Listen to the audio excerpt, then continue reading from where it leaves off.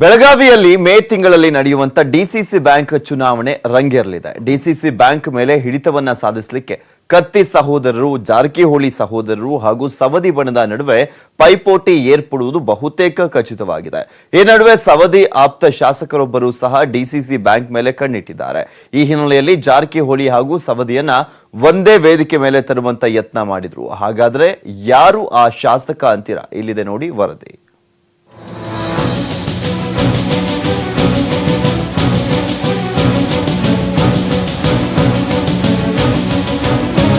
ಮುಂಬರುವ ಮೇ ತಿಂಗಳಲ್ಲಿ Belagavi DCC bank ಚುನಾವಣೆ ನಡೆಯಲಿದೆ. ಡಿಸಿಸಿ ಬ್ಯಾಂಕ್ ಮೇಲೆ ಹಿಡಿತ ಸಾಧಿಸಲು ಜಾರಕಿಹೊಳಿ ಸಹೋದರರ ಬಣ, ಕತ್ತಿ ಸಹೋದರರ ಬಣ ಹಾಗೂ ಸವದಿ ಬಣದ ನಡುವೆ ಬಿರುಸಿನ ಸ್ಪರ್ಧೆ ಏರ್ಪಡುವುದು ಬಹುತೇಕ ಖಚಿತವಾಗಿದೆ. ಈ ನಡುವೆ ಡಿಸಿಎಂ ಲಕ್ಷ್ಮಣ್ ಸವದಿ ಆಪ್ತ ಶಾಸಕ ಮಹಾಂತೇಶ್ ದೊಡ್ಡಗೌಡ ಡಿಸಿಸಿ ಬ್ಯಾಂಕ್ ಅಧ್ಯಕ್ಷ ಸ್ಥಾನದ ಮೇಲೆ ಕಣ್ಣಿಟ್ಟಿದ್ದಾರೆ. ಈ ಹಿಂದೆ ಬೆಳಗಾವಿಯಲ್ಲಿ ಮಾತನಾಡಿದ್ದ ಜಲಸಂಪನ್ಮೂಲ ಸಚಿವ ರಮೇಶ್ ಜಾರಕಿಹೊಳಿ ಮುಂಬರುವ ಡಿಸಿಸಿ ಬ್ಯಾಂಕ್ ಚುನಾವಣೆಯನ್ನ ಜಾರಕಿಹೊಳಿ, ಕತ್ತಿ ಬಣಗಳು ಒಟ್ಟಾಗಿ ನಡೆಸಲಿವೆ ಎಂದ ಬಗ್ಗೆ ಖಚಿತವಾಗಿ ಹೇಳಿದ್ರು.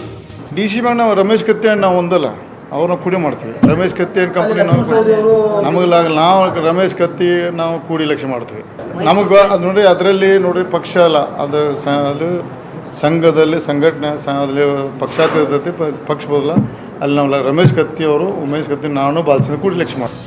ಈ ಹಿಂದೆ ಕಿತ್ತೂರು ತಾಲೂಕಿನ ಎಂಕೆ ಹುಬ್ಬಳ್ಳಿಯಲ್ಲಿ ಪಿಕೆಪಿಎಸ್ ನಿರ್ದೇಶಕರು ಹಾಗೂ ಬಿಜೆಪಿ ಮಂಡಲ ಕಾರ್ಯಕರ್ತರ ಸಮಾವೇಶ ಆಯೋಜನೆ ಮಾಡಿದ್ರು. ಸಚಿವ ರಮೇಶ್ ಜಾರಕಿಹೊಳಿ ಹಾಗೂ ಡಿಸಿಎಂ ಲಕ್ಷ್ಮಣ್ ಸವದಿಗೆ ಆಹ್ವಾನ ನೀಡಲಾಗಿತ್ತು. ಆದರೆ ಕಾರ್ಯಕ್ರಮದಲ್ಲಿ ಇಬ್ಬರು ಮುಖಾಮುಖಿ ಆಗಲೇ ಇಲ್ಲ. ವೇದಿಕೆಯಲ್ಲಿ ಡಿಸಿಎಂ ಲಕ್ಷ್ಮಣ್ ಸವದಿ ಮಾತನಾಡಿ, ಮಹಾಂತೇಶ್ ದೊಡ್ಡಗೌಡರ್ ನನಗೆ ಶಾಸಕ ಸ್ಥಾನ ಬಿಟ್ಟುಕೊಡಲು ಸಿದ್ಧರಾಗಿದ್ರು.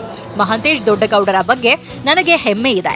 ನಿನ್ನ ಬೆನ್ನ ಹಿಂದೆ ನಾನಿರ್ತೇನೆ ಅಂತ ಭರವಸೆ ಕೊಟ್ಟಿದ್ರು. ಅದಕ್ಕೆ ಮಾತಾಡ್ತೀನಿ. ಈ ಕ್ಷೇತ್ರದ ಜನ ಪ್ರೀತಿ ವಿಶ್ವಾಸ ಇಟ್ಟಿದ್ದಾರೆ.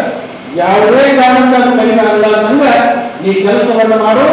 ನಾನು ನನ್ನ ಹೆಗಲು ಕೊಟ್ಟು ನಿನ್ನ ಜೊತೆಗಿಟ್ಟುಕೊಂಡು ಕಿತ್ತೂರು ಭಾಗವನ್ನ ಅತ್ಯಂತ ಅಭಿವೃದ್ಧಿ ನನ್ನ ಶಕ್ತಿ ಏನು, ನನ್ನ ಶಕ್ತಿಯನ್ನು ತೋರಿಸಬೇಕಾಗಿದ್ದು ಆ ಶಕ್ತಿಯನ್ನು ನಾನು ತೋರಿಸ್ತೀನಿ ಅಂತಕ್ಕಂಥ ಮಾತನ್ನ ಈ ಸಂದರ್ಭದಲ್ಲಿ ನಾನು ಹೇಳಲು ಬಯಸಿದೆ.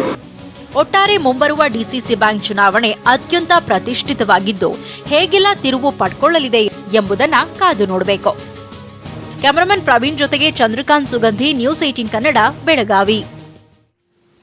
ಅದು 8 ವರ್ಷಗಳ ಹಿಂದೆ ಶುರುವಾಗಿದ್ದಂತ